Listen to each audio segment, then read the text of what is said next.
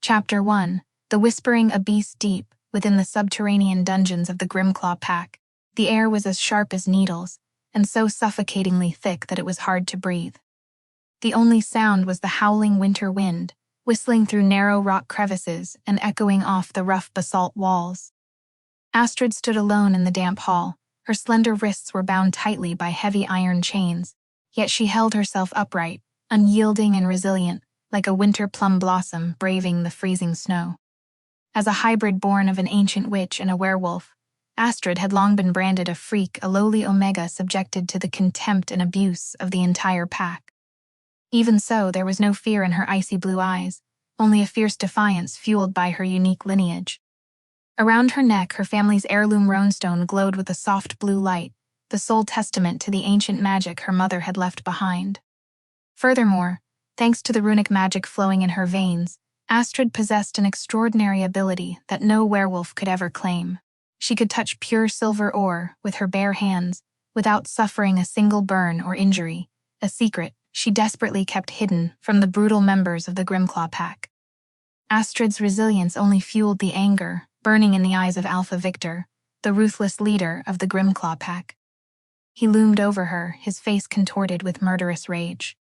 He let out a furious growl, releasing the crushing aura of a high-ranking alpha that caused the surrounding stone walls to tremble, accusing her of using her filthy witch blood to poison his only son. Standing beside Victor was Beatrix, his cruel and cunning sister. She wore a triumphant, malicious smirk as she watched Astrid's downfall. In truth, it was Beatrix who had poisoned the poor child, orchestrating the plot for the sole purpose of framing Astrid and stealing the ancient runestone from her neck. Despite Astrid's sharp and resolute defense, Victor was blinded by his hatred of witches and his sister's sweet, poisonous whispers, determined to put Astrid to death to assert his absolute authority.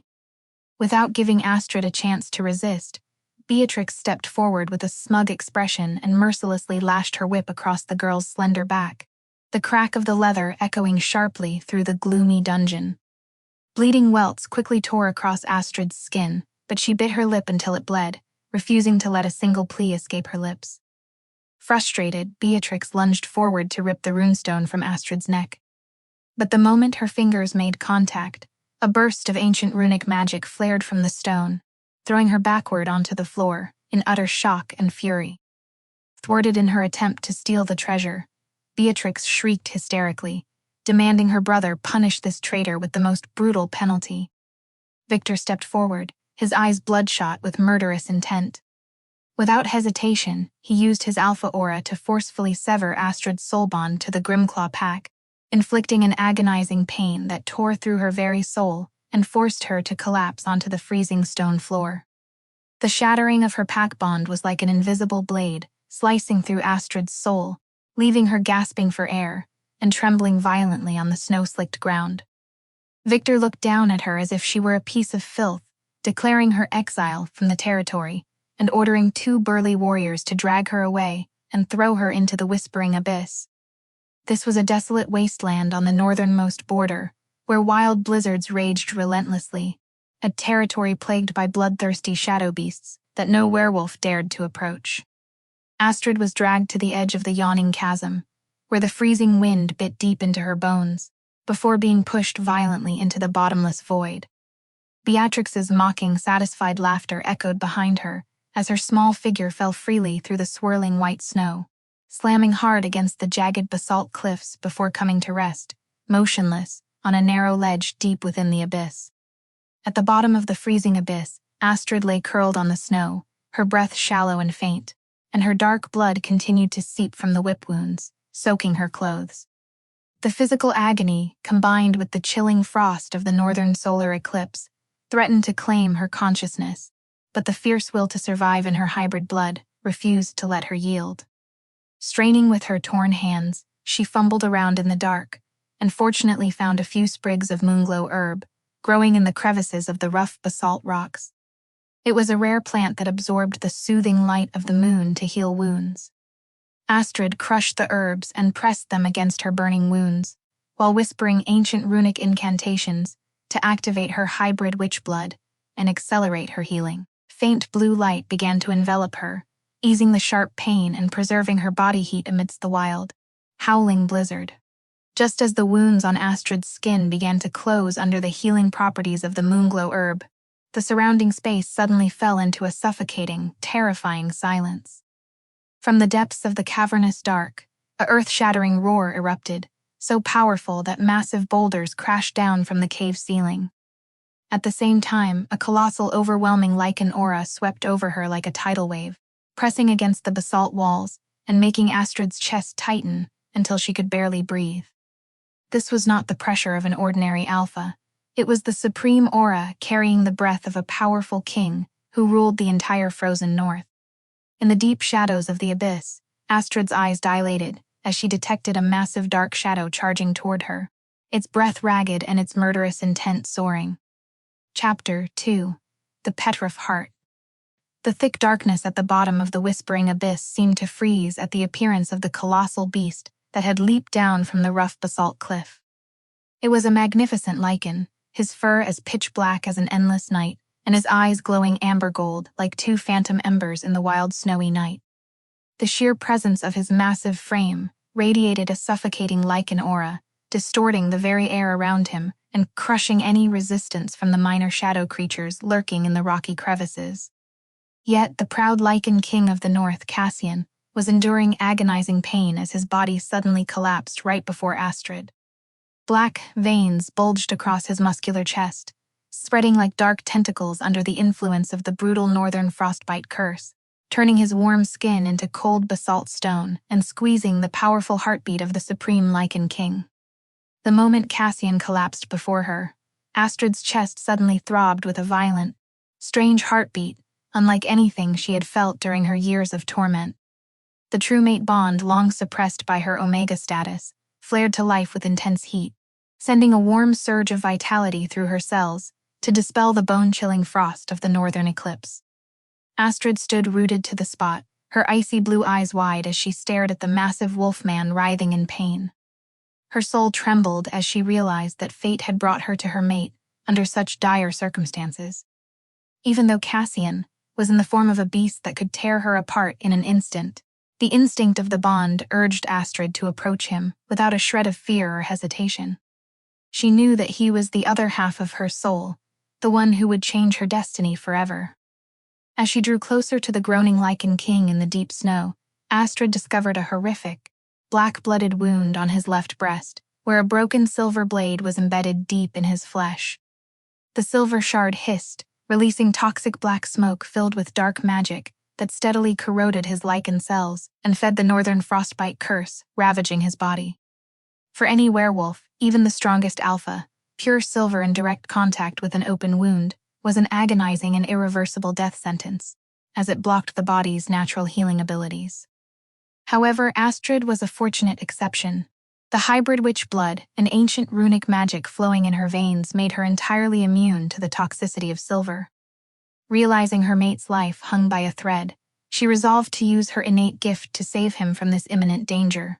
Heedless of her own safety, Astrid knelt beside Cassian's twitching massive body.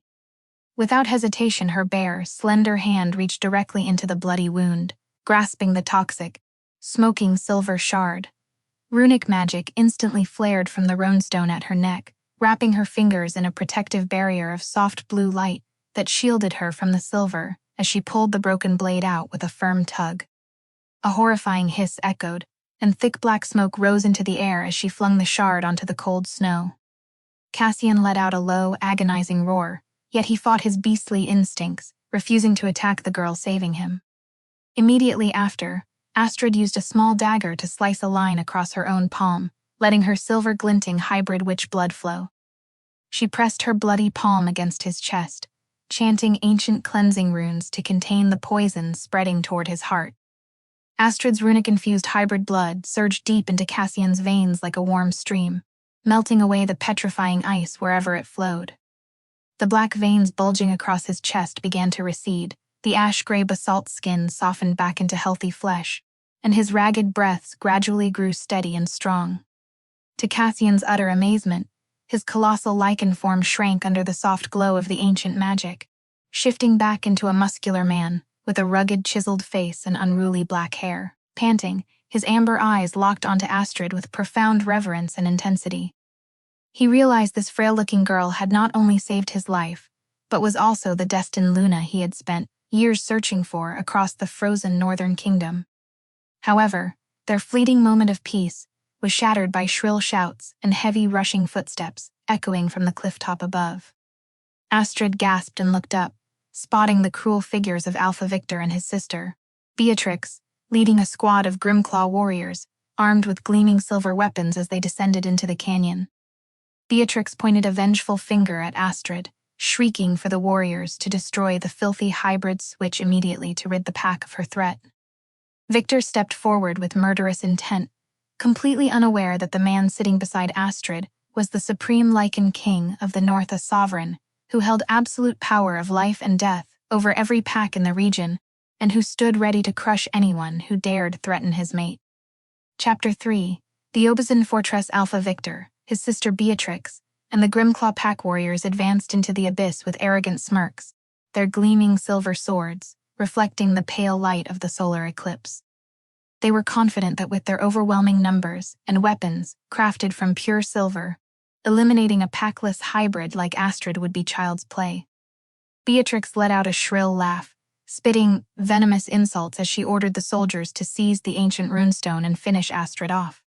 Victor stepped forward, raising his silver sword, his eyes filled with absolute cruelty as he glared at the exhausted girl on the ground. They completely ignored the man standing beside her, assuming he was merely a nameless vagrant who had met the misfortune of wandering into this valley of death. Yet, just as Victor was about to order his men to strike, Cassian slowly stood to his full height, and the atmosphere shifted in an instant. His amber eyes flared brilliantly in the darkness, and a boundless, supreme Lycan aura erupted from his body, sweeping through every corner of the abyss like a terrifying storm. The sheer force of this pressure caused the ground beneath their feet to shudder violently, and sheets of ice and snow crashed down from the cliffs in a deafening rumble. The faces of the Grimclaw warriors drained of color, their knees trembled violently before they fell to their knees in the cold snow, gasping for breath under the crushing aura of the supreme ruler, their bodies unable to resist. Victor attempted to resist, raising his silver sword with both hands to strike, desperate to preserve his pride as an alpha. But Cassian merely spared him a chilling, sideways glance, contemptuous of such weakness. Without exerting much effort, the Lycan King gave a flick of his wrist. A shockwave of pure Lycan energy erupted, shattering every silver weapon in the hands of the Grimclaw warriors into 100 sharp fragments that scattered across the snowy stone. In the next heartbeat, Cassian lunged with the speed of black lightning, his massive hand clamping around Victor's throat. He hoisted him into the air before slamming him violently against the solid basalt cliff behind them, like a tattered rag doll. The sickening crunch of breaking bones echoed through the air. Victor hit the rock and slumped to the ground, spitting a mouthful of crimson blood onto the white snow, his eyes wide with absolute terror as he realized the true identity of the man standing before him, the legendary Lycan King who ruled the entire North. Beatrix, witnessing her brother, a powerful alpha, so easily defeated in the blink of an eye, turned as pale as death. She dropped the broken blade from her hand and collapsed into the snow, her entire body shaking uncontrollably. Cassian took heavy, deliberate steps toward the siblings, each stride falling like a hammer blow upon the crumbling spirits of his enemies. His amber eyes burned with murderous intent as he looked down at the trembling Grimclaw pack members. He spoke in a deep, chilling voice that echoed across the snowy valley, warning them that if anyone from the Grimclaw pack dared to touch or threaten Astrid again, he would lead his black guard to raze their entire pack to the ground, leaving no survivors. The warning growl, carrying his supreme aura, forced the Grimclaw warriors to bow their heads in submission, none of them daring to mutter a word or think of resistance. When he turned back to look at Astrid, who was curled up in pain, the murderous aura on Cassian's face vanished without a trace, replaced by profound tenderness and reverence for his fated mate. He knelt gently, wrapping his muscular, steady arms around her to lift her close to his chest. He draped his thick, warm fur cloak around her small, shivering body, shielding her from the biting wind. Astrid rested her head against Cassian's broad shoulder, feeling his strong heartbeat pulsing through the fur, giving her a sense of absolute security she had never known during her years of neglect in the Grimclaw pack.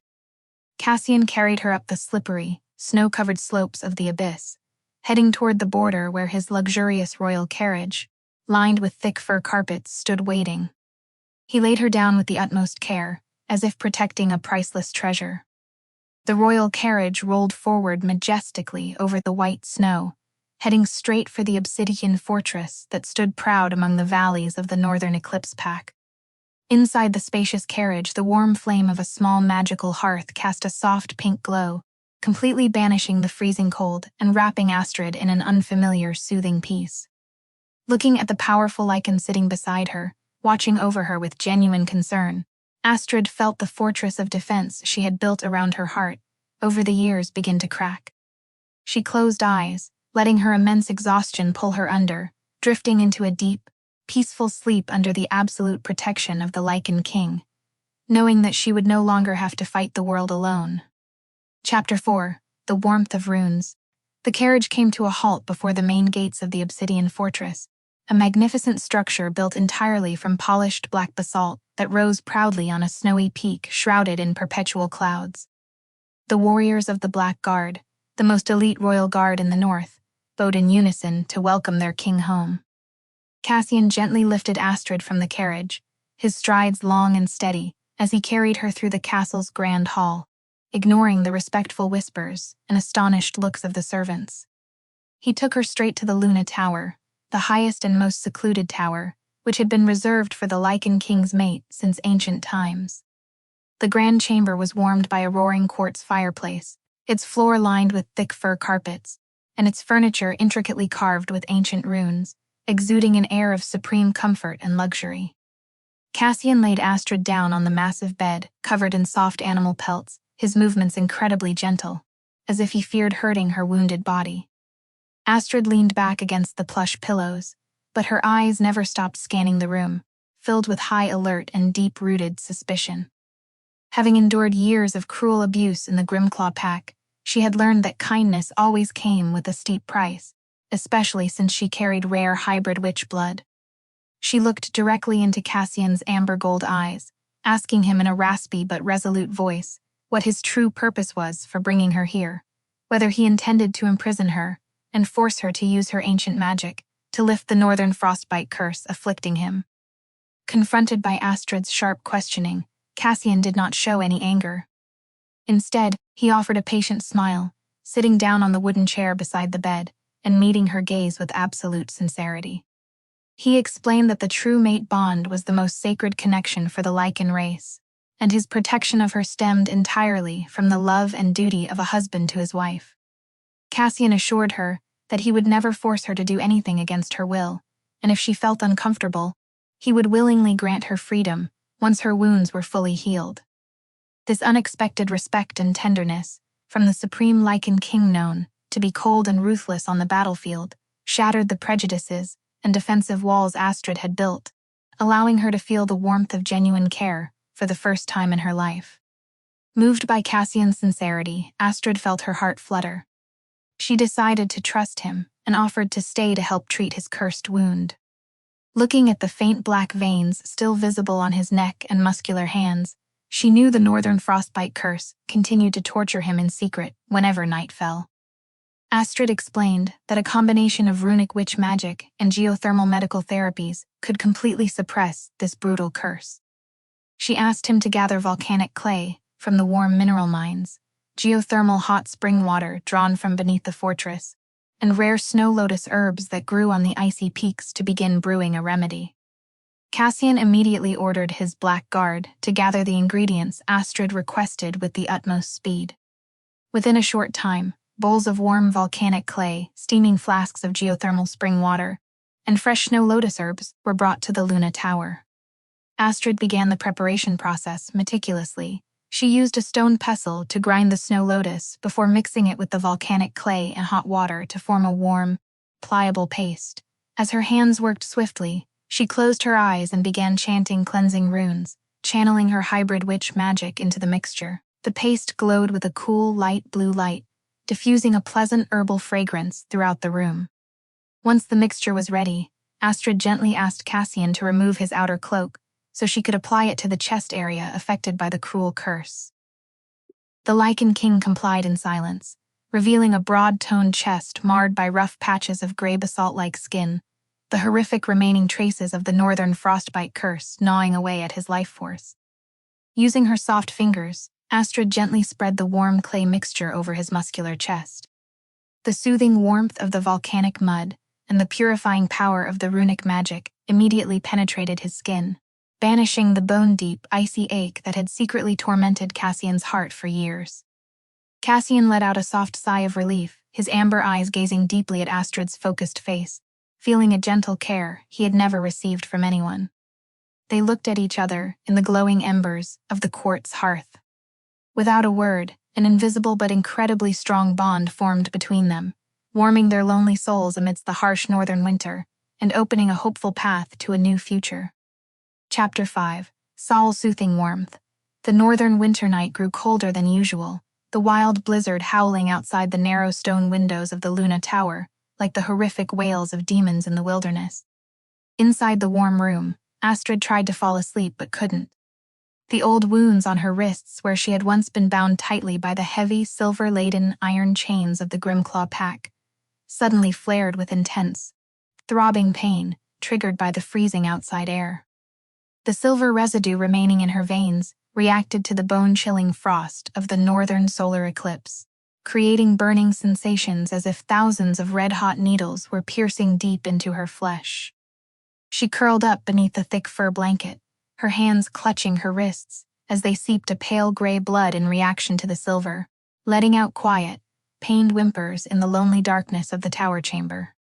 Cassian, who was resting on a chaise lounge in the corner of the room to respect her privacy and boundaries, awoke instantly at the faint, pained whimpers of his fated mate.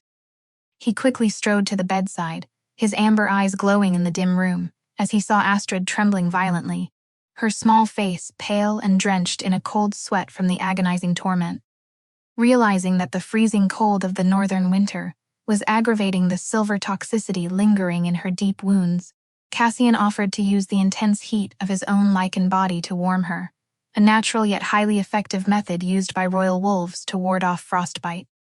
Seeing that Astrid was too weak to resist, and that her blue eyes held a silent plea for help, he let out a soft, sympathetic sigh and gently climbed onto the bed beside her to share his warmth. Cassian lay on the outer edge of the bed to respect her space, carefully keeping a polite distance so as not to frighten or threaten her, before slowly opening his strong arms to fold Astrid into his embrace. The moment her small frame made contact with his chest, which burned hot like geothermal fire, a wave of rich, powerful warmth enveloped her, completely driving away the freezing cold that had trapped her slender body. The true mate bond between them flared to life once more, transferring vital energy from the Lichen King to Astrid's weakened body, miraculously soothing the burning pain in her wrists like warm water melting away ice. Astrid let out a quiet sigh of relief as the pain beneath her skin dissolved, replaced by a boundless warmth that comforted the poor girl's exhausted spirit. Once the pain had fully subsided under Cassian's warmth, Astrid drifted into a deep, peaceful sleep, something she hadn't experienced in years. In her drowsy state, she unconsciously shifted closer, resting her head lightly against Cassian's broad, sturdy shoulder, as if seeking a safe harbor for her scarred soul. Cassian looked down at her sleeping face, in the flickering glow of the hearth, his large hand gently smoothing her hair with the utmost reverence. He swore to himself that he would lay down his life as a Lichen King to protect this resilient girl, and anyone who dared to hurt her would pay a bloody heavy price. The next morning, as the pale rays of the northern dawn broke through the window, an unusual noise outside the castle gates, and the sudden blare of emergency alarms shattered the peaceful atmosphere of the Luna Tower. Astrid woke with a start, her eyes scanning the room in panic, while Cassian sprang from the bed, his warrior instincts and protective drive fully engaged.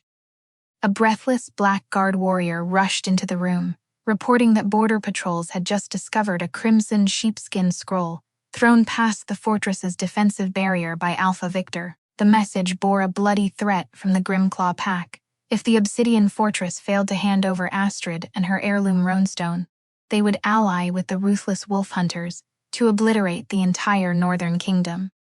Hearing this brazen threat from the enemy, Cassian's amber eyes narrowed, and a wave of raw, murderous aura radiated from him, dropping the temperature in the room by several degrees. He stepped slowly to the large stone window frame of the Luna Tower, standing like a majestic guardian deity as he looked down at the Black Guard, gathering in the snow-covered courtyard below. Turning back to Astrid, his voice deep and carrying an unyielding, steel-like authority, he reassured her to rest and trust in him. Cassian declared that as long as he drew breath, no one from the Grimclaw pack would ever cross his barrier to touch a single hair on her head, and he would make them regret ever daring the mate to threaten of the Lycan King. Chapter 6. The Prophecy of the Traitor. In the quiet sanctuary of the Luna Tower, the fire from the quartz hearth danced across the polished black basalt walls. Astrid sat at the ancient oak table, her slender fingers gently tracing the rough texture of the crimson sheepskin parchment that the border sentries had just discovered outside the defensive ward. Closing her eyes, she gathered her focus, allowing the warmth of her hybrid witch blood to circulate through her veins and channel into the ancestral runestone resting against her chest. A faint plume of blue smoke drifted from the missive, weaving a vivid prophetic illusion before her eyes. Within the hazy fog, she clearly saw the sinister face of Alpha Victor, the brutal leader of the Grimclaw pack clandestinely bargaining with the chief of the wolf hunters in a damp cavern. He was cold-bloodedly handing them a detailed map of the underground tunnels and the weak points of the obsidian fortress's protective barriers. In exchange, he received arrows tipped with a lethal silver poison known as Hunter's Toxin, a substance capable of completely suppressing a werewolf's healing factor and triggering Cassian's petrification curse to a fatal degree. Sheer dread filled Astrid's icy blue eyes as the illusion dissolved, leaving behind nothing but the ashes of the sheepskin letter on the wooden table.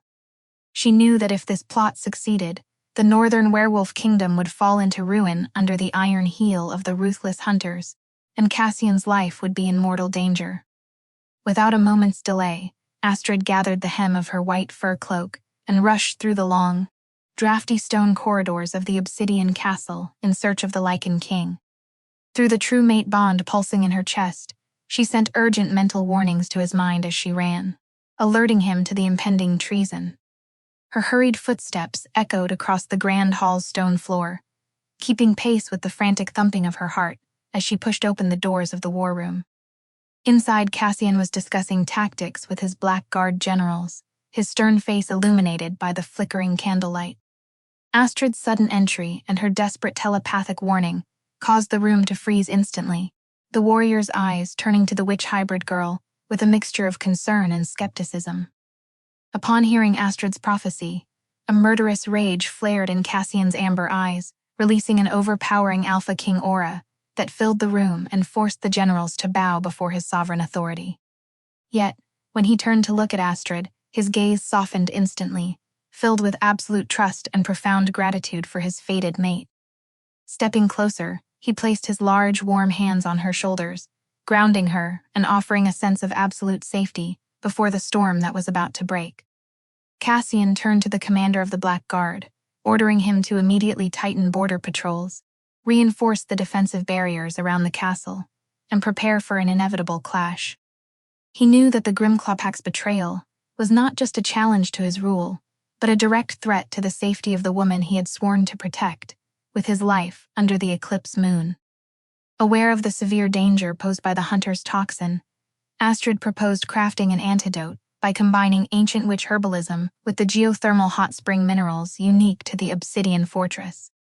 Cassian agreed immediately and personally escorted her to the Royal Apothecary, a chamber housing hundreds of rare medicinal plants harvested from the wild, snow-swept peaks. There, beside a roaring hearth, the two worked in perfect harmony. Cassian used his strength to crush the frozen snow lotuses, while Astrid drew warming runic symbols with her silver-glowing hybrid blood to activate the plant's healing properties. Amidst the rising tension of the impending battle, their seamless cooperation seemed to tighten their spiritual connection, soothing the raw, aching wounds of their lonely souls. As the antidote simmered over the flames, releasing the crisp scent of snow lotus and geothermal herbs, Astrid gently explained to Cassian how the mixture would work on a wolf's body poisoned by silver. She explained that her witch blood would act as a catalyst, helping the medicine absorb rapidly into the bloodstream to neutralize the toxin before it could destroy the warrior's hearts and vital organs. Cassian listened intently, his amber eyes fixed on her delicate yet resilient face, a profound pride swelling within his chest. He realized that Astrid was no mere outcast hybrid. She was a priceless gift from the moon goddess, destined to save his kingdom from the brink of destruction. Her presence by his side gave him an immense spiritual strength, leaving him ready to face any enemy that dared approach. Suddenly, a massive explosion shook the very foundations of the obsidian fortress, sending apothecary jars crashing to the stone floor in a shower of shattered glass. The ground beneath their feet trembled violently, as if a massive earthquake were ripping through the valley, signaling that the enemy had detonated explosives to breach the geothermal tunnels and infiltrate the courtyard. Urgent alarm horns wailed through the freezing winter night, mingling with the battle cries of the rebel Grimclaw wolves launching their assault. Cassian's expression hardened into a mask of regal coldness as he unsheathed the massive obsidian greatsword strapped to his back, its blade catching the sharp gleam of the hearth fire. Turning to Astrid with a resolute gaze, he urged her to hide safely in the Luna Tower, under the guard of his most trusted Blackguard warriors, before spinning on his heel to leap into the snow-swept battlefield to crush the invaders. Chapter 7. The Battle Under the Eclipse. The courtyard of the Obsidian Fortress had become a chaotic, bloody war zone under the eerie crimson light of the eclipsed moon. Gunsmoke from the hunters' weapons mingled with the blinding blizzard, creating a suffocating and bone-chilling atmosphere. Victor led the rebel wolves of the Grimclaw pack, coordinating closely with the vicious hunters to unleash heavy silver chains designed to bind the movements of the Blackguard warriors. The clanking of metal and the agonized howls of werewolves, burned by pure silver, echoed through the night. Amidst the sea of enemies, Cassian fought like a god of war. His obsidian greatsword cleaved through the silver chains and sent foes flying, shielding his soldiers from harm. His supreme alpha king aura surged outward, forcing the weaker-willed rebels to collapse onto their knees in the cold snow. However, the battle grew increasingly desperate as the hunters continually reinforced their ranks, employing underhanded tactics to wear down Cassian's strength. Victor and Beatrix watched from a distance, their eyes filled with envy and insidious intent to overthrow the supreme Lycan King. Hiding behind a massive basalt boulder, Beatrix quietly raised her steel bow and notched a special arrow tipped with pure silver and saturated with the lethal hunter's toxin. She waited patiently for the moment Cassian would be distracted by the relentless waves of attackers. The instant Cassian shattered a heavy silver chain wrapped around a Blackguard warrior's shoulder with his bare hands, Beatrix released the bowstring. The arrow ripped through the air with terrifying speed, aiming straight for his chest. Warned by his keen wolf instincts, Cassian twisted his body to dodge at the last second, but the arrow still grazed his arm, leaving a shallow wound that seeped ghastly black blood. Infuriated by her missed shot, Beatrix swiftly loaded another poisoned shaft, but this time her target was not Cassian. She spotted Astrid rushing out of the Luna Tower, carrying the freshly brewed antidote vials to distribute to the wounded Blackguard warriors on the castle steps. Flashing a wicked smile, Beatrix shifted her aim and fired the silver-poisoned arrow straight at Astrid's chest, intending to kill her on the spot. Catching sight of the projectile flying toward his fated mate, Cassian did not hesitate for a fraction of a second. With a thunderous roar that shook the night sky, he threw himself in front of Astrid, using his own broad back as a living shield. The cruel silver arrow buried itself deep into his right shoulder blade, releasing its devastating poison into his flesh. Cassian collapsed onto one knee in the white snow, a low groan of agony stifled in his throat as the hunter's toxin began to ravage his veins. Dark veins bulged from the wound, spreading like shadow tentacles across the Lycan King's neck and chiseled face. The agonizing pain of the silver poison, combined with the petrification curse, caused the black basalt skin on his chest to flare violently, squeezing his heart and choking his breath. Cassian's amber eyes lost their focus, turning a wild blood red as feral madness threatened to swallow the last of his sanity. Heartbroken and frantic, Astrid wrapped her arms around her trembling mate, hot tears streaming down her face as she saw him hovering between life and death to protect her. She held him tightly, channeling what little warmth she possessed to soothe the burning fever tormenting his body. Seeing Cassian fall, Victor burst into triumphant laughter, believing the throne of the Northern Lycan King was finally within his grasp. He marched forward, sword drawn, intending to execute Cassian before Astrid's eyes to cement his cruel reign. Witnessing her mate's desecration, a surge of raw pain and fury ignited within Astrid, erupting into a powerful magical flame. Fearless, she gathered all her mental focus and launched a devastating telepathic blast directly into Victor's mind.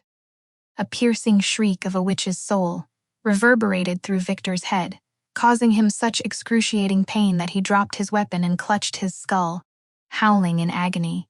Before the astonished eyes of the surrounding guards, his entire body stiffened and froze into a solid stone statue in the middle of the courtyard. Her eyes flashed with a cold blue light, radiating the terrifying authority of a true witch that made the nearby hunters retreat in fear. Astrid stood defiantly in front of Cassian's massive, kneeling form, her long platinum blonde hair whipping wildly in the howling wind along the basalt cliffs. The rune stone at her chest glowed with a brilliant, warm blue light, pushing back the shadows of the freezing eclipse. Her hybrid witch blood boiled, and ancient runic characters emerged, crawling down her slender arms like tattoos of pure light. She stood tall, facing the rebel Grimclaw pack and the surrounding hunters, ready to unleash the full force of her runic magic to shield her mate. She was prepared to erect an impenetrable defensive ward, with her very last breath, her steadfast gaze locked onto the enemy, without a hint of fear under the blood moon. Chapter 8: The Rallying Light. In that moment on the precipice of life and death, the hybrid witch blood in Astrid's veins erupted, shattering all the magical seals that had suppressed her for so long. A dazzling aura of silver and bright blue light burst from her body, illuminating the dark eclipse sky and halting the falling snow mid-air. Astrid began to chant ancient runic incantations in the forgotten tongue of the High Witches, her voice resonating with a mystical power that shook the souls of all present. From beneath her feet, a thick sheet of frost spread at a dizzying speed, freezing the snow-covered courtyard and rapidly enveloping the grounds of the obsidian fortress. This thick ice did not just freeze the hunters in their tracks, it also shattered the silver chains and dissolved the lingering mist of the hunter's toxin. The pale blue frost spread soothingly across Cassian's chest, carrying the purifying power of the ancient runes. The warm runic energy penetrated the wound on his shoulder, neutralizing the poison and knitting the torn muscle fibers back together. Cassian felt a surge of new life course through his veins, cooling his agonizing fever and pushing back the black basalt skin, threatening to freeze his heart. The dark veins on his face receded, and his amber eyes cleared, restoring the sharp focus of a supreme Lycan king rather than a beast lost to feral madness. Astrid's runic strength acted as the key to reverse the crisis, miraculously restoring his body to the amazement of every Black Guard warrior on the field. Alpha Victor, who had just freed himself from the paralysis of the mental assault, watched the scene unfold with absolute terror. He stared at Astrid, the girl he had once dismissed as a weak, mutant Omega, and exiled from the pack, who was now radiating the supreme Luna aura, as radiant as a goddess under the moonlight.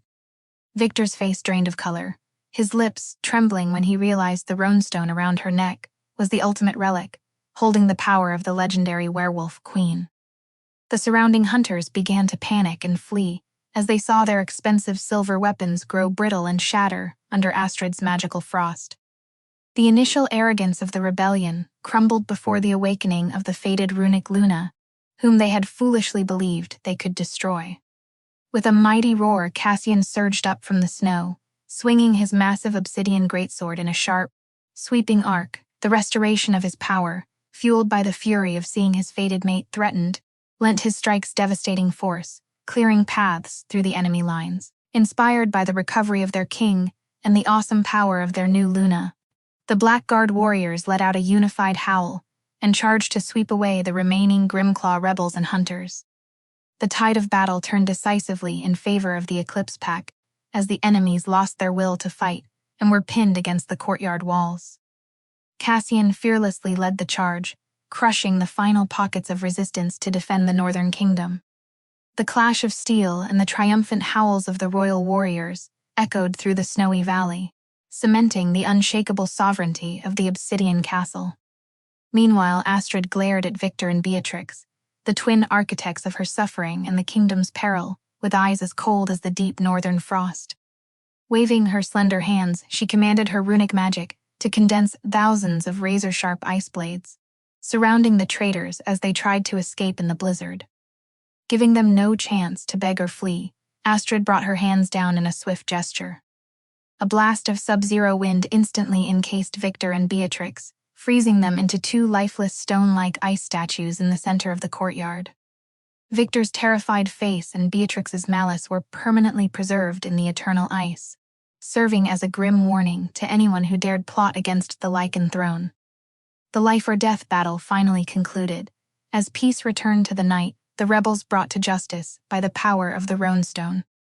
As the last of her runic magic drained away, Astrid's strength failed her. Her icy blue eyes fluttered shut, and she collapsed onto the cold snow. Cassian rushed forward with lightning speed, catching her slender frame in his warm, powerful arms, sheltering her with boundless devotion. He held his fated mate close, listening to her shallow breathing and whispering quiet words of gratitude in her ear. Just then, across the snowy horizon, the deep, resonant call of bronze horns signaled the arrival of the High Council's delegation, entering the fortress to prepare for the final trial. The sound echoed through the quiet valley, marking a turning point in history and opening a new chapter for their destinies and the Northern Kingdom after the devastating storm. Chapter 9. The Supreme Judgment. The Supreme Hall of the Obsidian Castle was steeped in a solemn, tense atmosphere as the High Council's trial commenced. The 5 most powerful elders of the North sat upon high stone seats of honor, their stern faces illuminated by the large torches lining the basalt walls. In the center of the hall, Victor and Beatrix stood bound in heavy silver chains soaked in wolfsbane, their bodies still shivering and weak after being thawed from the magical ice. Astrid stood tall and proud beside Cassian's throne, wearing a pure white fur cloak that symbolized the purity and majesty of a high queen. Her place beside the Lycan king not only solidified her status as his fated mate, but also stood as a defiant statement to those who had once scorned and exiled her. In a desperate bid to escape execution, Victor raised his head and howled in fury, directing a venomous accusation at Astrid before the entire council. He roared that she was a vile hybrid witch who wielded dark runic magic, a heretical curse that would bring calamity and ruin to the northern werewolves. Victor twisted the truth, claiming that the recent battle had been instigated by her magic to lure the hunters, and that Cassian's defense of her would draw the moon goddess's curse upon the kingdom. His treacherous slander echoed through the chamber, causing several visiting alphas to mutter and cast suspicious glances at Astrid, heightening the tension. They feared that her mysterious Runestone power might disrupt the long-held balance of power in the werewolf world. At Victor's baseless accusations, Cassian rose from his obsidian throne, releasing a crushing Alpha King aura that instantly silenced the Grand Hall and forced the rebels to bow low against the stone floor. His amber eyes blazed with freezing anger, and his thunderous voice echoed through the space in defense of Astrid. Cassian declared that Astrid's runic magic was no curse, but a sacred gift from the moon goddess, the very power that had saved him from petrification and healed hundreds of Blackguard warriors. He proclaimed that she was his true mate, chosen by destiny, and the sole runic Luna of the Obsidian Castle, whom no one had the right to insult or judge. Cassian's fierce and unyielding protection swayed the elders of the High Council, who nodded in agreement, recognizing her noble status. To dispel any remaining doubt, Astrid stepped forward to the grand stone dais at the center of the hall, bearing the poised confidence of a true Luna. She placed a projection crystal onto the stone pedestal and channeled a stream of pale blue runic magic from her Runestone to activate it. Instantly, a vivid 3-dimensional illusion materialized in the air, showing Victor's bargain with the hunter leader in the dark cavern, where he had handed over the defense map of the Obsidian Fortress. This irrefutable damning evidence silenced the room before the visiting alphas erupted in fury, growling and demanding the execution of the traitor. Victor's face went white, his spirit shattering, as his treasonous plot was laid bare under the light of justice in the Supreme Hall. Following a brief deliberation, the High Elder representing the High Council stepped forward to deliver the final verdict. Victor was stripped of his Alpha title and condemned to immediate execution by the Obsidian Greatsword for betraying his own kind. Meanwhile, Beatrix, the wicked schemer who had conspired to murder the Lichen King's fated mate, was sentenced to perpetual banishment in the barren poison marshes, a wasteland filled with toxic fumes and shadow beasts, to fend for herself until death. The severe sentence met with the unanimous approval of the Hall, reinforcing royal law and the supreme justice of the North. Upon hearing the verdict, Beatrix collapsed onto the stone floor, her beautiful face turning pale gray with terror as she realized she would face a slow, agonizing death in the toxic swamp. Cassian stepped down from his throne, unsheathing his massive obsidian greatsword to execute Victor before the gathered council and Black Guard. A single decisive strike ended the traitor's life upon the stone floor of the obsidian castle, restoring order and the absolute authority of the Northern Throne. Afterward, Beatrix's desperate cries for mercy fell on deaf ears. The Black Guard dragged her away to be cast into the toxic wilderness. The trial concluded in solemn silence, putting an end to the threat of the Grimclaw Pack and securing Astrid's position as the Runic Luna in the hearts of all northern werewolves. From that day on, the Northern Kingdom entered a new era, where ancient runes and wolf strength walked hand in hand under their joint rule. Chapter 10: The Runic Luna. The resounding victory over the rebels and the hunters brought true peace, opening a prosperous new era for the Northern Werewolf Kingdom. The scars of war were quickly healed as the citizens and the Black Guard joined hands to clear the rubble, beginning the reconstruction of the castle and the ruined ancient shrines. The old mining pits of the Grimclaw Pack were permanently sealed by royal decree, freeing thousands of enslaved wolves from their dark captivity. Astrid dedicated much of her time to teaching the people how to cultivate warm, geothermal herb gardens amidst the snow, creating a rich source of medicine to aid the needy. Her compassion and healing talents quickly won the hearts of the entire pack, turning her into a beacon of hope and rebirth upon the harsh obsidian lands. Tonight, under a sky painted with the crimson glow of a blood moon eclipse, the sacred moon rite was held to crown the High Luna of the Obsidian Fortress. The courtyard was lavishly decorated with towering torches and shimmering silver banners that caught the moon's ethereal light. Thousands of Blackguard warriors stood in rigid formation around the ancient stone altar, their eyes fixed on the platform with absolute reverence for their new queen. Astrid climbed the steps of the altar in a ceremonial gown embroidered with intricate runic sigils, her long platinum hair floating in the night breeze like a halo of light. The rune stone at her chest gleamed a brilliant sapphire blue, blending with the crimson moonbeams to create a solemn, holy scene. Cassian, dressed in his royal regalia, walked with firm, steady steps up the altar, his amber eyes filled with boundless love and pride as he gazed upon his fated mate. Taking Astrid's slender hand in his large one, he bowed his head slightly to offer his oath of lifelong devotion, witnessed by the moon goddess and his subjects. In the quiet night, with only the wind whispering against the fortress's basalt cliffs, two scarred souls had finally found their sanctuary. The true mate bond hummed powerfully in their chests, urging them to seal the sacred rite and unite their destinies as one. The reverent silence of the thousands of Blackguard warriors below served as a testament to the kingdom's devotion to their fated leaders. As the ritual reached its zenith, Cassian leaned down, pressing a deep and reverent claiming bite into Astrid's collarbone, forever marking her as his. The moment the Lichen King's fangs sank into her skin, a brilliant burst of silver and runic light erupted from the mark, enveloping Astrid before shooting toward the crimson sky. The runic power sleeping within her hybrid blood awakened fully under the touch of their sacred mate bond, carving glowing light sigils along her skin. A deafening cheer arose from the thousands of royal warriors, echoing through the valley, to celebrate the first runic Luna of the North, as she took her rightful place beside their king. The following morning, as the first rays of spring sun began to thaw the freezing northern winter, Cassian and Astrid led the Blackguard on a patrol of the newly liberated borderlands. Astrid established free clinics and geothermal nurseries to care for the omegas and impoverished wolves who had been abandoned by the Grimclaw Pack.